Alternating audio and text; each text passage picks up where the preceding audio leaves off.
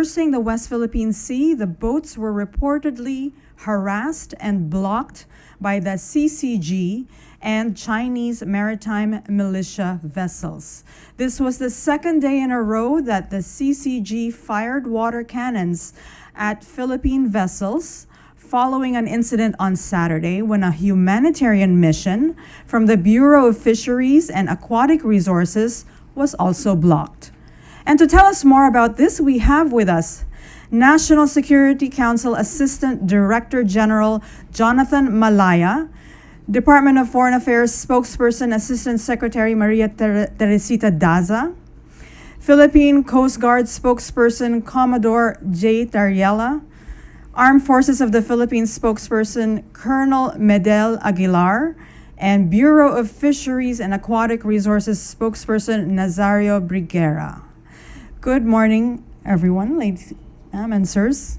We begin with a press briefing, sir. Yeah. Thank you. Thank you, Daphne. Good morning, everyone, and good morning to the members of the Malacanang Press Corps and to the rest of the public watching us right now. The National Task Force West Philippine Sea, led by Secretary Eduardo Año, vehemently condemns the illegal and aggressive actions carried out by the Chinese Coast Guard and Chinese Maritime Militia against the civilian Bureau of Fisheries and Aquatic Resources, or BFAR, vessels in Bajo de Masinloc the other day, and against PCG vessels and Philippine supply boats during the regular RORE mission to BRP Sierra Madre in Ayungin Shoal yesterday. This is a serious escalation on the part of the agents of the People's Republic of China. The use of water cannons numerous times, long-range acoustic devices or LRADs, as well as other movements against the BFAR vessels, which caused severe though temporary discomfort and incapacitation to some Filipino crew, as well as dangerous and unsafe maneuvers, is completely unacceptable.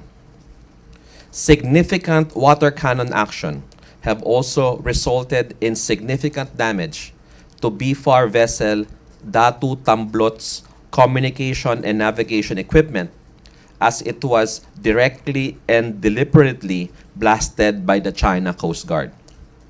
On the other hand, in Ayungin Shoal, CCG vessel 5204 deployed a water cannon against the Philippine supply vessels, causing severe damage to ML Kalayaan's engines, disabling the vessel and seriously endangering the lives of its crew. BRP Sindangan safely towed ML Kalayaan back to Ulugan Bay, Palawan. Additionally, BRP Capra suffered damage to its mast after being blasted by the full strength of the water cannon of the Chinese Coast Guard. The PCG vessels and resupply boats Onaisa May 1 and ML Kalayaan were subjected to reckless and dangerous harassment at close range by CCG and Chinese maritime militia vessels on their approach to Ayungin Shoal. Worse, UM-1 was deliberately rammed by CCG 21556. Despite Chinese attempts to obstruct and impede our missions, we wish to report to the Filipino people that the humanitarian and supply mission to our Filipino fishermen was a complete success mission-wise. We were able to deliver thousands of liters of fuel to some 30 fishing boats, as well as food and Noche Buena packages for them and their families. Some 30 tons of fish was also caught in BDM waters as a result of the mission by DA BFAR. The regular RORE mission to BRP Sierra Madre was also a partial success, with UM-1 successfully reaching LS-57 and unloading supplies to the gallant Filipino troops stationed therein. China's claim that the small and wooden Onaisa May 1 intentionally rammed a CCG vessel is the height of disinformation and fake news.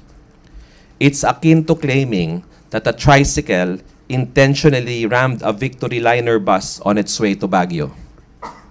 We express grave concern over the deliberate disinformation campaign being waged by Beijing using official channels.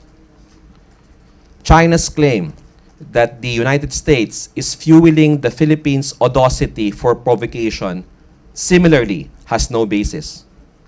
The missions to Bajo de Masinloc and Ayungin Shoal are completely Philippine missions utilizing Philippine public vessels and Philippine troops.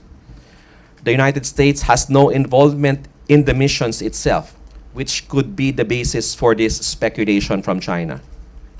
We urge the Chinese side to exercise caution in making accusations without proof. Moreover, we wish to state for the nth time that there are no special temporary arrangements with China over the RORE missions to Ayungin Shoal. This so-called quote-unquote promise to tow away BRP Sierra Madre has been discredited and debunked time and time again over the absence of proof or evidence to support the same. It is time to abandon debate over this figment of their imagination. We urge China to exercise restraint in order to contribute to stability in our region. Water cannons and LDAR are primarily defensive tools, but as we clearly saw, they are currently being used by China for aggressive and offensive purposes.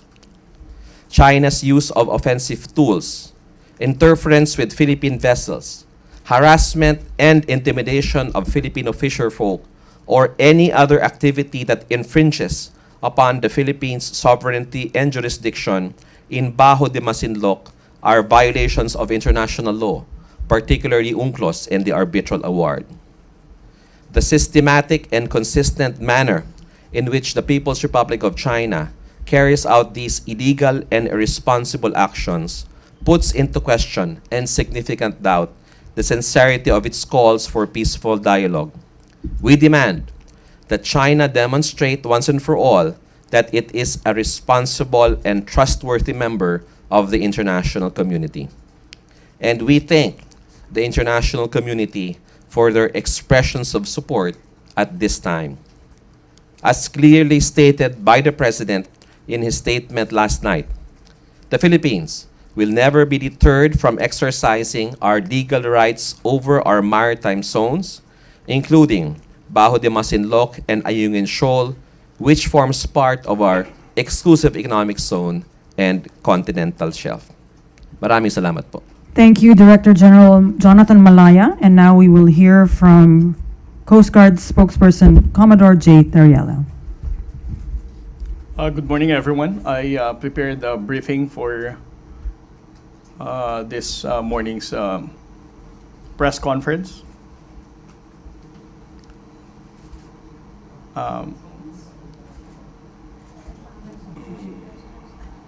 Okay. No. On the part of the Philippine Coast Guard, we'll be discussing the operational details of the resupply, the recently completed resupply mission. And of course, after this briefing, we're going to discuss as well the operational details of the humanitarian mission of the Bureau of Fisheries and Aquatic Resources last Saturday. For the last completed RORE mission yesterday, as you are aware, there were two Philippine Coast Guard vessels that our Commandant, Admiral Ronnie Hill Gavan, deployed to support the resupply mission of the Armed Forces of the Philippines. That is BRP Sindangan and BRP Cabra, to support the resupply boats of the Armed Forces of the Philippines, ML Kalayaan and Onaisa May 1. Next slide. The operational area of the Philippine Coast Guard vessels came from Buliluyan Port and proceeded to the staging area in Sabina Shoal. That is a distance of 90.5 nautical miles. And then from there in Sabina, we're going to proceed together with the resupply boats going to Ayungin Shoal with a total distance of 14 nautical miles. Next slide.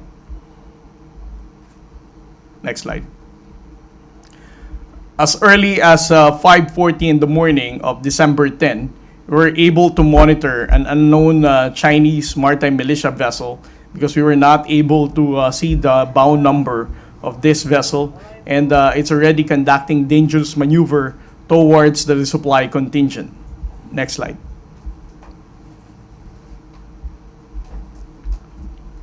Around 5:50 in the morning, China Coast Guard vessel 5204 already started using its water cannon against ML Kalayaan, more than 3 times with about 5 minutes interval.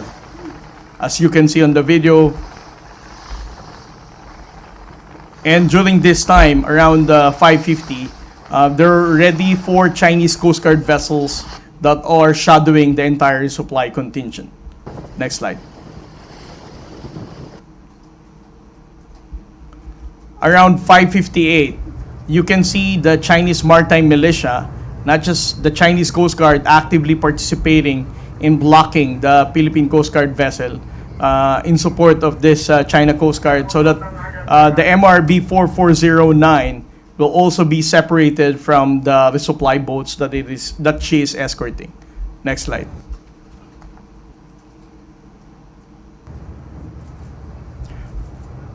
Next slide. As you can see, MRB 4409 was already blocked by the China Coast Guard vessel and 2 Chinese maritime militia. They were successful in separating the Philippine Coast Guard vessel 4409, that is the designated escort for Unaiza May 1. Next slide. Around 6:11 in the morning, ML Kalayaan already received a direct hit of water cannon coming from China Coast Guard 5204. At a distance of around 0.5 nautical miles is the Philippine Coast Guard vessel MRB 4407, documenting how the China Coast Guard vessel and Chinese maritime militia is preventing ML Kalayaan from proceeding to its mission. Next slide. Around 6:20, 9 minutes after ML Kalayaan was directly hit by the China Coast Guard vessel, the Philippine Coast Guard proceeded to its location, noting the fact that it's no longer moving. It means that it has already engine trouble.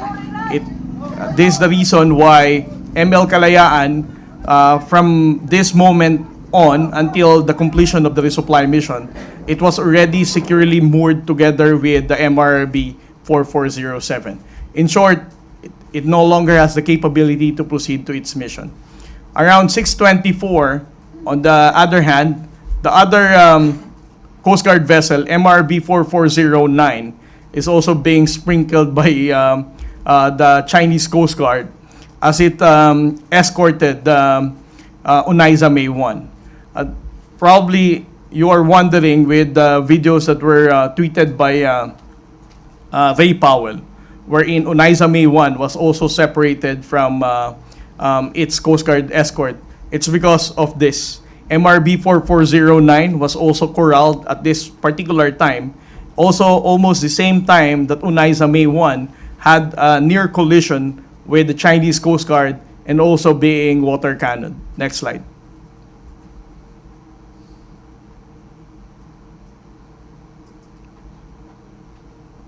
Next slide. This was the video that I'm referring. Around 6:39, you can see that Unaiza May 1 is almost having a near collision with this Chinese Coast Guard vessel, as she is also being water cannon at the same time. Interestingly, 3 hours after this incident, the Chinese government, through the Chinese Coast Guard, already released this statement saying that it is the resupply boat that caused the collision between the Chinese Coast Guard and our resupply boat. Next slide.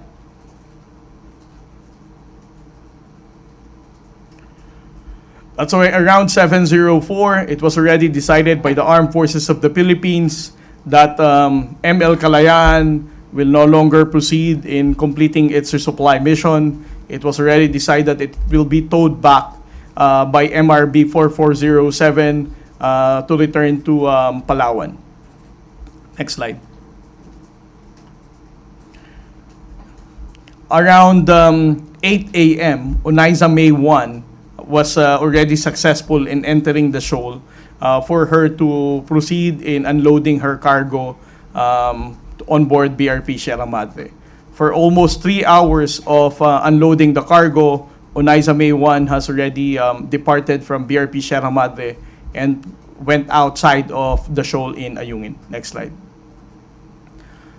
However, while the Philippine Coast Guard vessel MRB 4409, the designated escort for Onaiza May 1, was waiting for Onaiza May 1 to complete her unloading of cargo, the Philippine Coast Guard is experiencing this dangerous maneuver from China Coast Guard vessel and the Chinese Maritime Militia. Next slide. In total, the Philippine Coast Guard has documented the presence of all these Coast Guard vessels. There were 7 of them. This is the first time that we were able to see such numerous number of China Coast Guard vessels deployed to prevent the Philippine government in completing our resupply operation in Ayungin Shoal. Next slide. These are the Chinese Maritime Militia that we have clearly identified as the one who really participated in blocking the Philippine Coast Guard vessels and the resupply boats. Next slide. It is also worth noting that we have also seen the 2 PLA Navy vessel in that particular location in 2nd Thomas Shoal. Although they are maintaining a certain distance away from the resupply contingent, but it's important for us to note that the PLA Navy has also deployed these 2 vessels. Next. In total, we were able to physically monitor 14 Chinese Maritime Militia and 22 Chinese Maritime Militia through AIS. That means they have deployed 36 Chinese Maritime Militia and 8 China Coast Guard vessels. So 36 plus 8, that's 44, and then 2 PLA Navy, that's 46. This is the largest number of maritime forces that we have documented so far in the previous months. Next slide. These are the list of radio challenges that we conducted on the part of BRP Sendangan. We had 27 challenging the China Coast Guard vessel and Chinese Maritime Militia. It received also 15 from China Coast Guard. On the part of BRP Cabra, they challenged this Chinese Maritime forces for 74 times. They were only challenged 8 times. At least this time, we're now compliant with the guidance of the Department of Foreign Affairs for us to constantly and persistently challenge the presence of these maritime forces from China. As you can see, we have more number of times that we challenge the presence of China Coast Guard more than they have challenged us. And then at the same time, in blocking of the Philippine Coast Guard vessels, we noted that there were 3 Chinese Maritime Militia that actively blocked the Coast Guard vessels at a distance only of 10 yards, and the other is 20 meters. Next slide. For the dangerous maneuvers, we have identified at least 5 instances that the dangerous maneuvers were conducted against the Philippine Coast Guard vessels. It is worth noting that 4 of these dangerous maneuvers were conducted by the China Coast Guard, and there is only one unidentified Chinese vessel, most likely a Chinese Maritime Militia, that did a dangerous maneuver against MRB 4409. Next slide, please. For the water cannon incident, we reported that there were 4 instances that the water cannon, our government vessels for the BRP Cabra, BRP Sendangan, UM1, and ML Kalayaan. However, it's worth noting that for ML Kalayaan, they used their water cannon 3 times at an approximate interval of 5 minutes each. And this was also a direct hit that damaged the ML Kalayaan. Next slide. That ends my briefing for the operational details of the resupply mission. Thank you, Commodore Tariela. And now we hear from AFP spokesperson Colonel Aguilar. Thank you. Good morning to everybody. First, the Armed Forces of the Philippines condemns the illegal and irresponsible actions of the China Coast Guard and its maritime militia against Filipino vessels on SMA-1 and ML Kalayaan, which the Armed Forces of the Philippines commissioned for its regular rotation and resupply mission to military personnel deployed at BRP Sierra Madre at Ayungin, Seoul. The China Coast Guard, can you please show this slide? The China Coast Guard wantonly disregarded maritime safety and demonstrated unprofessional behavior starting at 5:53 a.m. Yesterday. It unleashed its water cannon several times, resulting to engine malfunction of ML Kalayaan, and that is why it has to be towed back to Palawan Port by a Coast Guard vessel. As you can see, this is the incident inside ML Kalayaan, how they were jolted by the strong pressure coming from the water cannon of China Coast Guard. Aside from that, the Chinese Coast Guard also performed dangerous maneuvers to another vessel in an attempt to derail our resupply mission.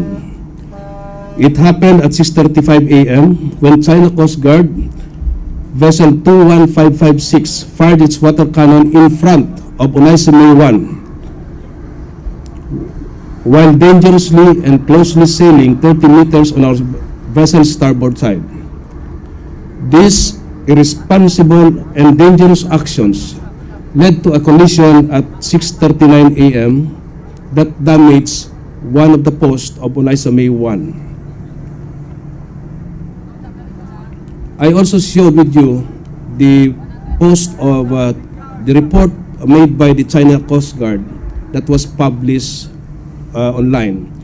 And on the left, of course, the real situation as taken by a video footage inside the Onaisame 1. So you can see the stark contrast of the narrative of China Coast Guard to what really happened.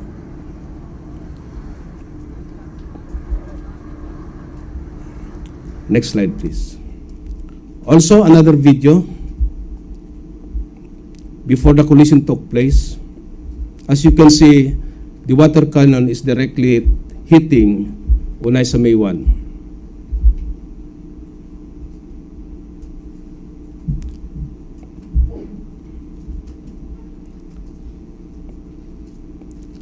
And another video. So you can see the water cannon pointed in front of Onaisame 1 to limit its movement. And later on you will see where that Coast Guard vessel is located, which is 30 meters before the collision incident happened.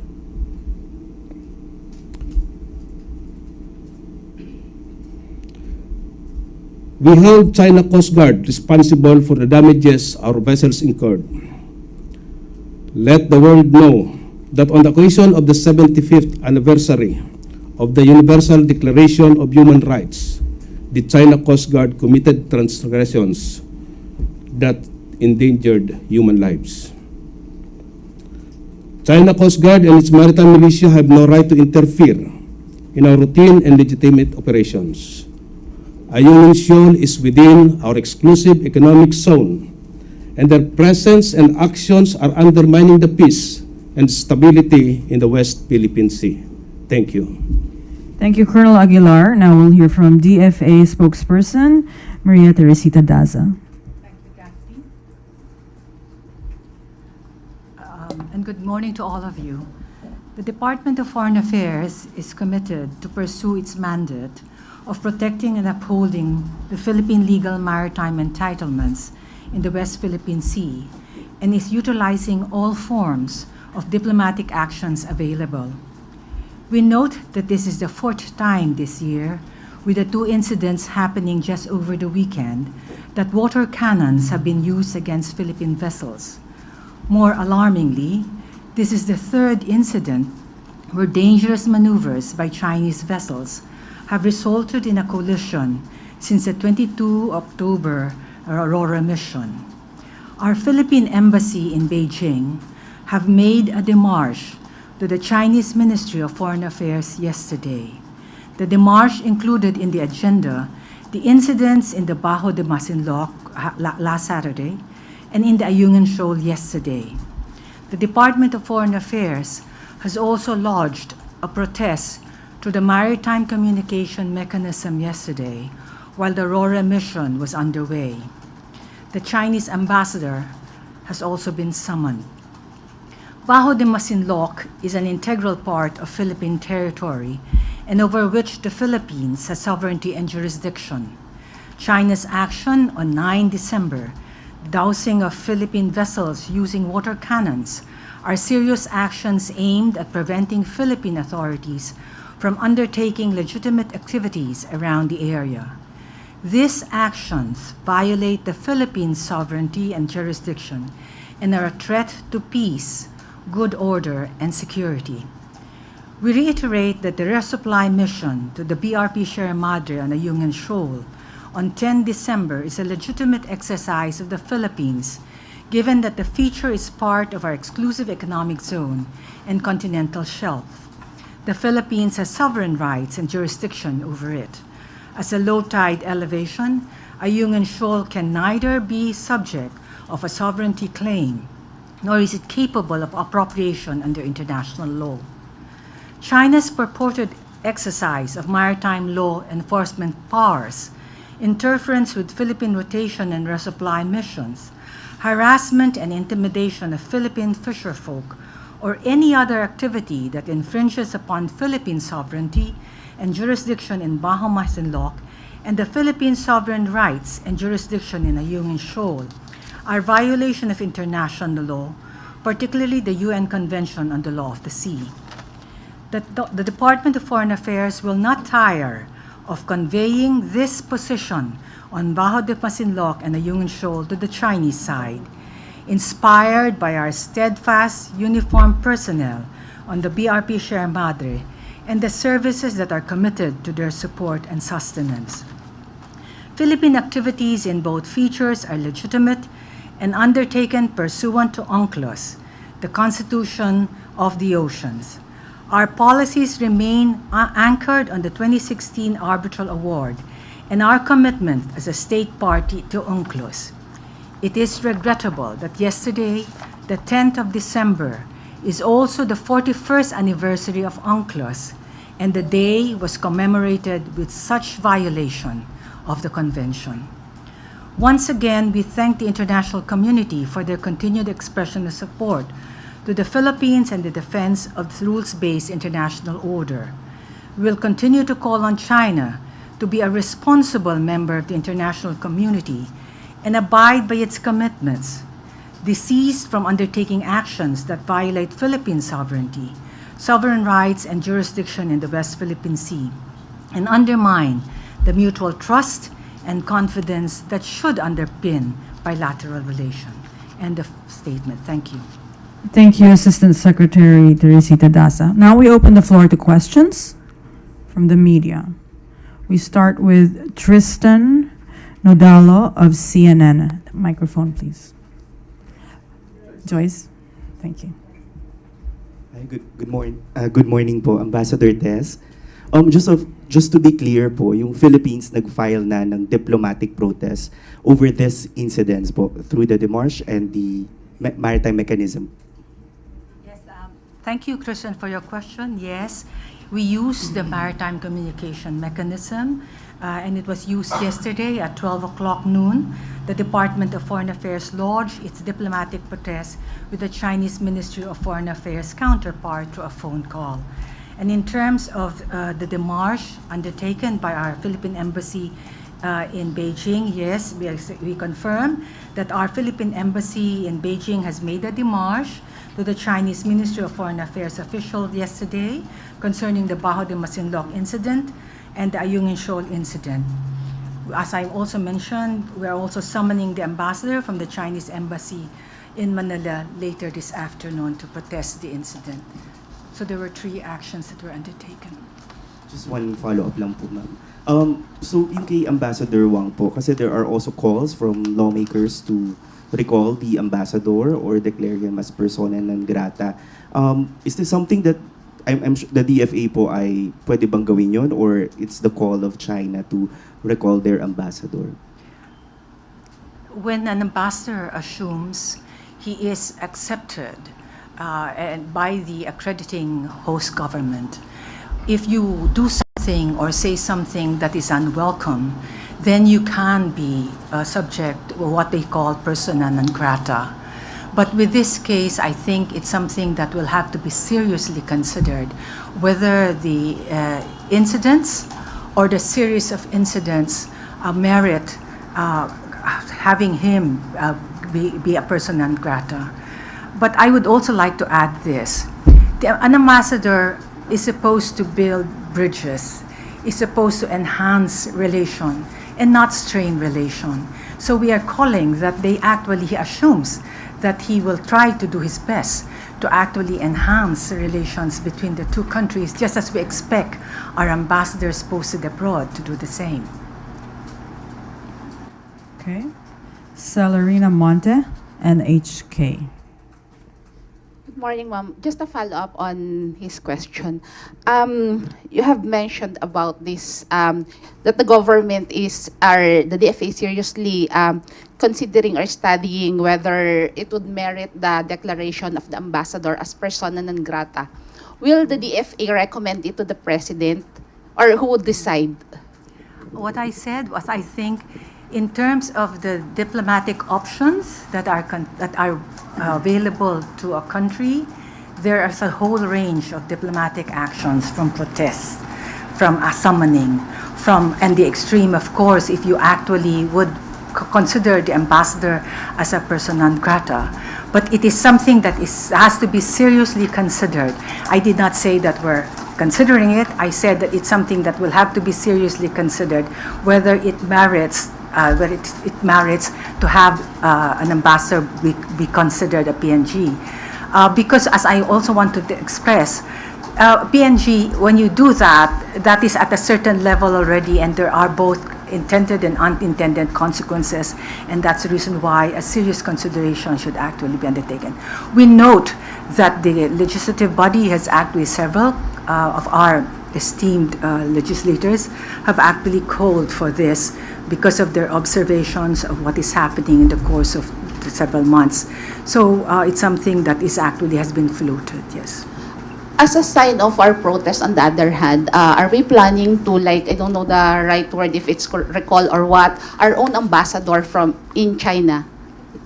I have no information on that at the moment, yeah. Okay. Alvin Baltasar, PBS. Asik Dasa, good afternoon po. Asik, just to be specific, ano-anong mga bansa na yung nag-express ng support sa Pilipinas after this dangerous maneuver of Chinese Coast Guard? Yes, we are very, as I mentioned, we're very appreciative of the fact that many countries have actually expressed support for the Philippines. And as our latest count is that there have been 14 or so. Among them are France, US, Japan, Ireland, Australia, Canada, Denmark, EU, Germany, Netherlands, New Zealand, UK, among the countries that have actually already signified support for our position and also expressed concern. about what is happening in the waters, in our waters, because this incident is actually quite serious, not only because it actually can cause damage, not only to vessels, but it can also be harmful to the ones who are manning the vessels, but it does not contribute to peace and security in the region. Okay, Harley Valbuena, DZME.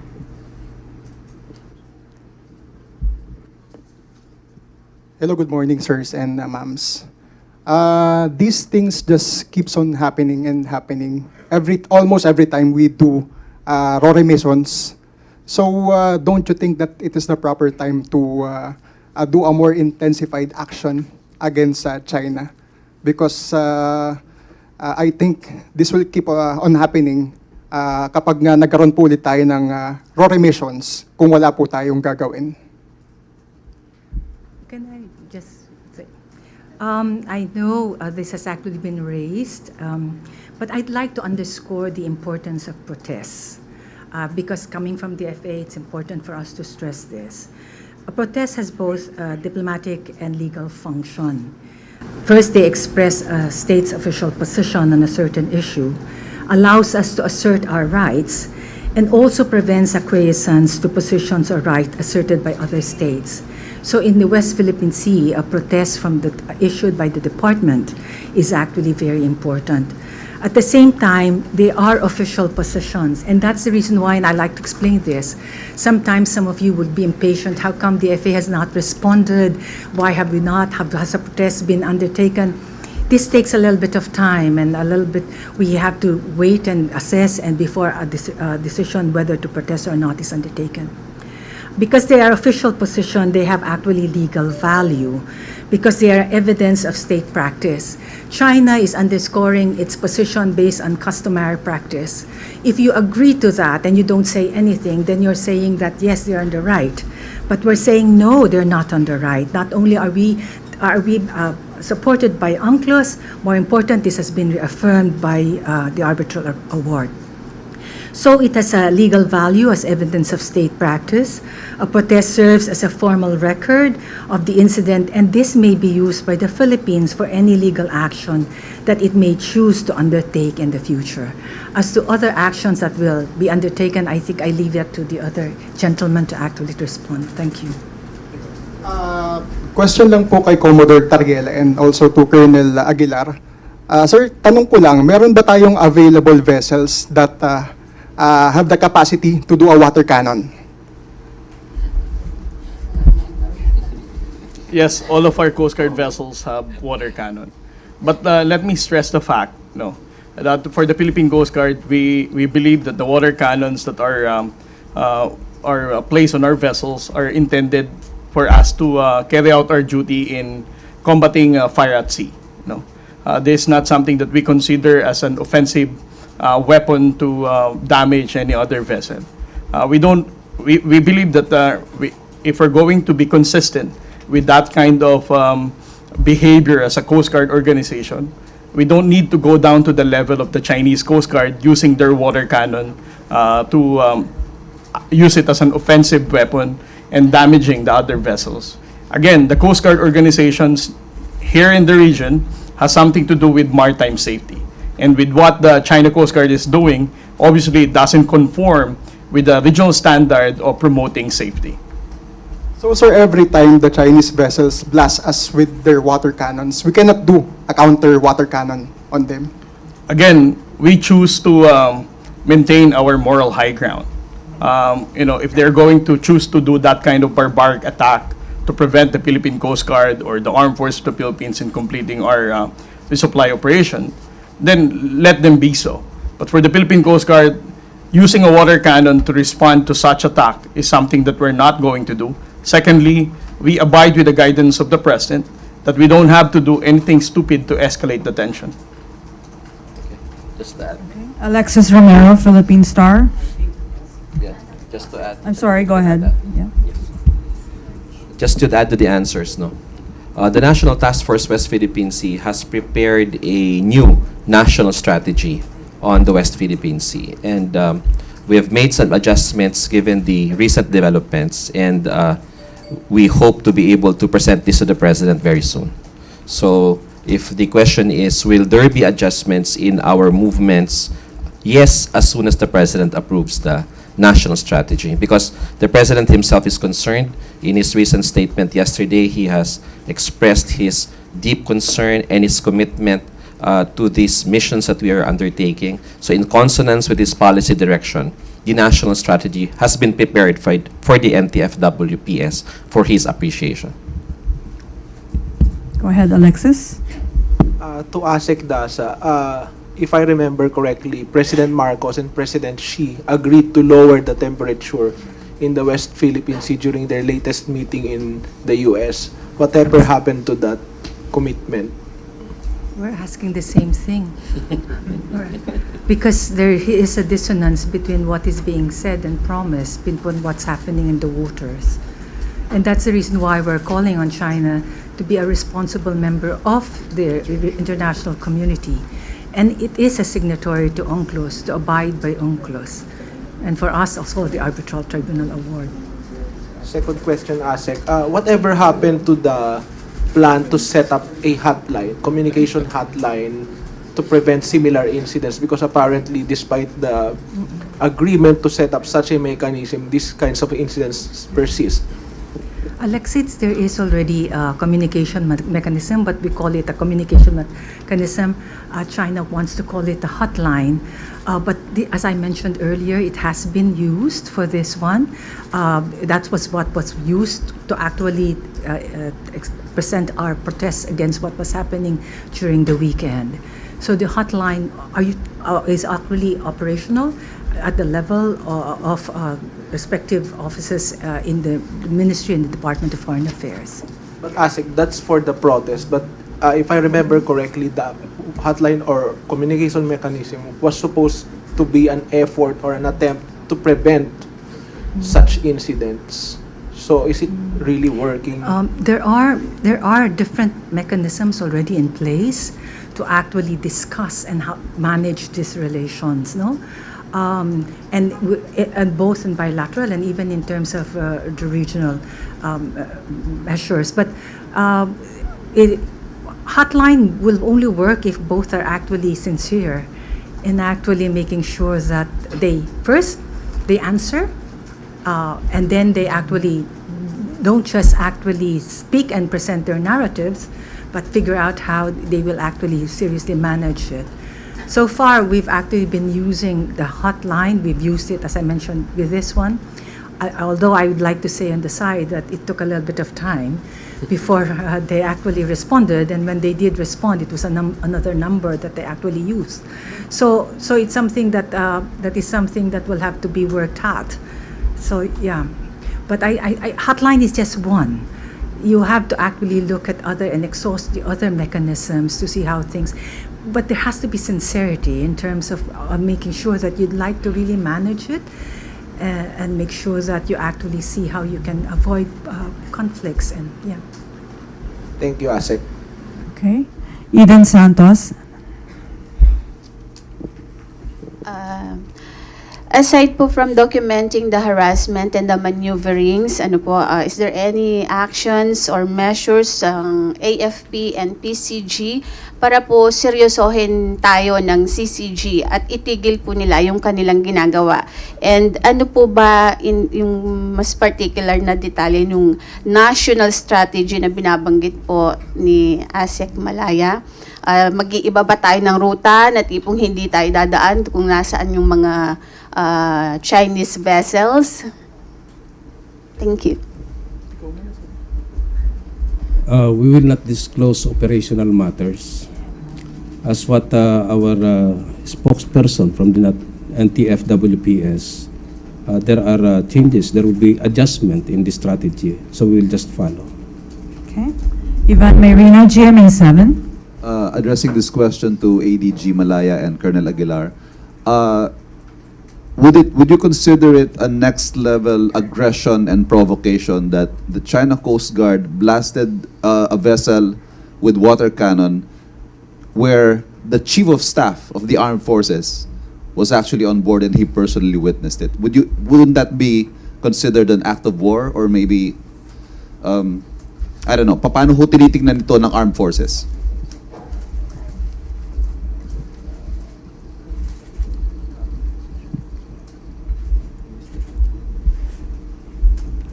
It was a regular RORE mission for us. Of course, there were contingencies prepared because of the presence of the Chief of Staff. But he was there to experience for himself, firsthand, what China is doing to our RORE mission.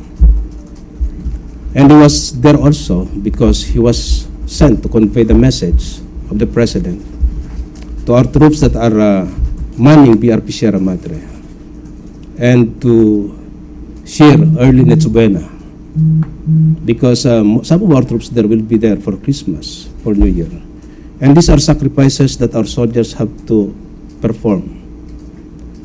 And I think this is very much appreciated now by our people, and thank you for that. So that attack was not an act of war? It's not for us to declare that. Okay. From I think, Ivan, I think the whole world, the Filipino people and the whole world know and has seen that the incidents of the past 2 days is a serious escalation on the part of the People's Republic of China, because what we have been doing has been standard operating procedure. No, we're not doing anything different. We always do this humanitarian and supply missions to Baha Masinloc in support of our fishermen. We do regular RORE missions to Ayungin, but the actions that they have shown in the past few days really have shown a desire on their part to escalate situations, and primarily because there has been significant damage to Philippine vessels, in terms of their navigation equipment, in terms of communication equipment, in terms of the engine of the ML Kalayaan. So we are taking this very seriously. But is this an act of war?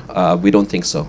No, this is just part of the cat and mouse game that China seems to be utilizing to further its own interest. On the part of the Philippines, as we have repeatedly said, we shall remain undeterred and will continue to conduct these missions in support of our troops and our fishermen, wherever they may be in the West Philippine Sea. Okay. Cecil Morelia from AFP.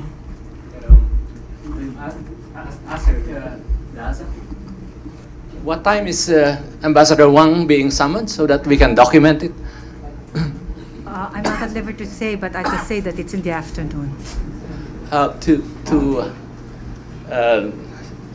Assistant Secretary Malaya, is the adjustments that you will propose to the President in reference to the resupply RORE missions, is that an acknowledgement that China has succeeded so far in whatever it's doing with regards to the Philippine missions in the West Philippine Sea?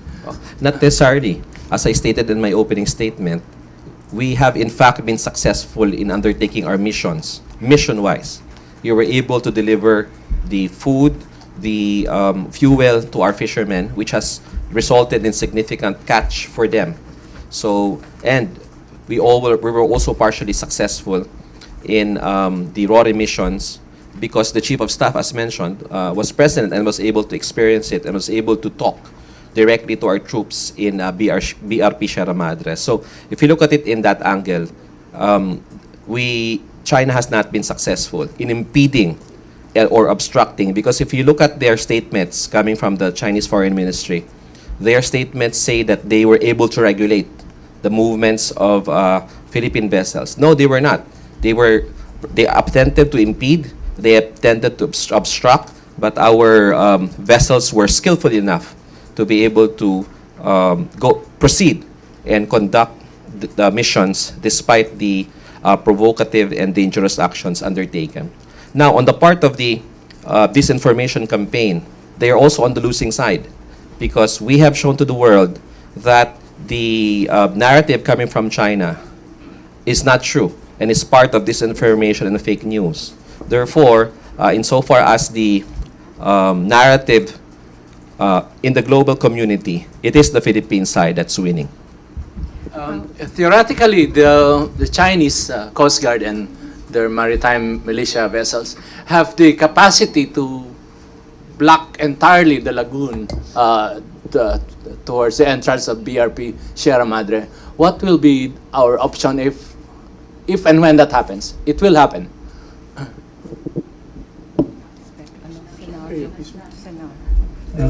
They will park the bus, so to speak. Again, we cannot disclose operational matters. Daphne, can I just... Go ahead, Asek. ADG Malaya spoke about narratives. Can I just respond to 3 positions that have actually been raised by the spokesperson of the Ministry of Foreign Affairs? So in one of which has actually been asked me by the press, I will not, it's pretty lengthy and I can share it afterwards, but I will just respond to 3. First, the narrative that they're saying that China has indisputable sovereignty over the entire West Philippine Sea or South China Sea. This is a narrative that China has espoused and it has no basis in international law, in particular by UNCLOS and the 2016 Arbitral Award that clarified the supposed historic rights asserted by China over the South China Sea is illegal, null, and void. In response to having lost the argument in the tribunal, China has sought to nullify the award, which was validity handed down by the properly constituted arbitral tribunal. UNCLOS is a robust and comprehensive framework on maritime zones of coastal states and the rights and entitlements of coastal states. When China was exercising rights in passing through the South China Sea in olden times, it was via exercising their freedom of navigation and not because they owned the entire South China Sea.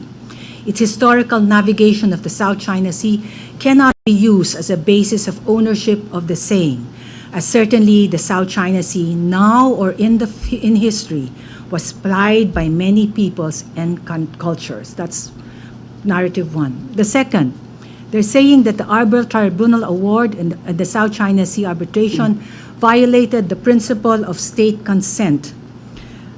UNCLOS has considered the possibility of one party choosing to not participate in proceedings. It has provided for this in Article 9 of Annex 2 of UNCLOS, which provides that if one of the parties to the disputes does not appear before the arbitral tribunal or fails to defend the case, the other party may request the tribunal to continue the proceedings and to make its award. Absence of a party or failure of a party to defend its case shall not constitute a bar to the proceedings. Before making its award, the arbitral tribunal must satisfy itself not only that it has jurisdiction over the dispute, but also that the claim is well-founded in fact and law. As stated in the tribunal award, the tribunal has continued the proceedings, confirming that despite its non-appearance, China remains a party to the arbitration with the ensuing rights and obligations, including that it was bound under international law by any decision of the tribunal. The arbitral tribunal has also taken steps to ensure procedural fairness, ascertain China's position on the issues for decision based on the statements made by the Chinese official publicly and in communications to the members of the tribunal. It has also made a thorough review of materials placed before it by the Philippines. The tribunal has also taken steps to satisfy itself of its jurisdiction and the legal and factual foundations of the Philippines' claim through obtaining independent experts' input, reviewing other materials in public domain, and inviting further comments from the parties of these sources. The next is I want to last, although that is not the many narratives, its construction and deployment of necessary defense facilities in many of the reclaimed features are actually legitimate, lawful, and beyond reproach. These activities would be legitimate if the waters being referred to by China are within their EEZ. In the South China Sea and in the West Philippine Sea in particular, China's unilateral claim of sovereignty over the entire South China Sea based on alleged historic rights is illegal, null, and void. Under UNCLOS, construction of artificial islands, conduct of maritime scientific research, and exercise of maritime law enforcement powers over the appropriate maritime entitlements are within the exclusive right of the coastal state. China should follow UNCLOS, to which it is a state party, and not reinterpret and distort the treaty in order to unilaterally impose its will to the rest of the Southeast Asian nation. That's just 3. There are more narratives, but we can actually go through that in another session. Okay, thank you, ASEC Daza. Before we end this briefing, we have a question for BFAR. Please make a statement. Yeah. Question. But on the part of the BFAR, after all those things have been said, if there is another voice that we should all hear, is the voice of the Filipino fisherfolk. Yeah.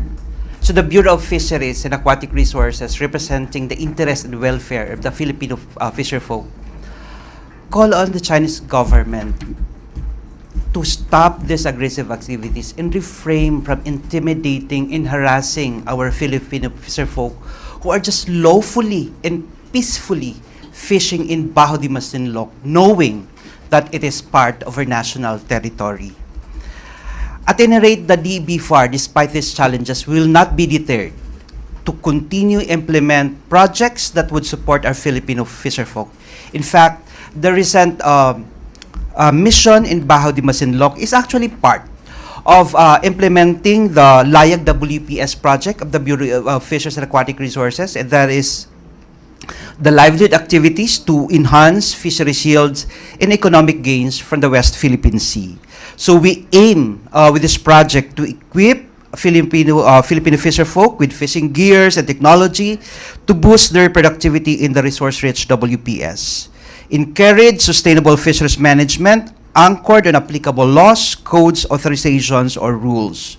We will continue to collaborate with concerned government agencies and units to ensure the seamless delivery of livelihood services to the West Philippine Sea fisherfolk. And we commit to sustainably increase our fisheries production to help in the administration campaign in attaining food security. Thank you. Thank you, BFAR spokesperson Biguera. Before we end, we would like to hear from Director General Malaya to close this press conference. The position of the Philippines is very clear. There are still a lot of questions. This is a developing story, but we would like to end the press conference with a few words from Director General Malaya. Thank you, Daphne. I'll end the press conference by sharing a good news. Good news on the part of Atin Ito, the Christmas caravan that was civilian-led. No, civilian-led, not we are just supporting the caravan. They reported to us that one of their supply boats, ML Chawi, was able to reach Lawak Island at 5 o'clock this morning, and that the donations, that were intended for our troops in BRP Sierra Madre and many parts of the West Philippine Sea have been turned over to our troops there, and the rest of the donations are going to be transferred to the Philippine Coast Guard and the Armed Forces of the Philippines, WESCOM, for their distribution to our troops in the West Philippine Sea. So the commitment of the National Task Force West Philippine Sea to the welfare and the welfare of our gallant troops in the West Philippine Sea is there, and we will continue. We salute them. We salute them and commend them for their gallantry, commitment, and dedication to service. Thank you very much. Thank you so much. And on that note, this ends our press briefing. Thank you, Malacanang Press Corps, and our foreign media as well. And thank you to our panel. Magandang hapon.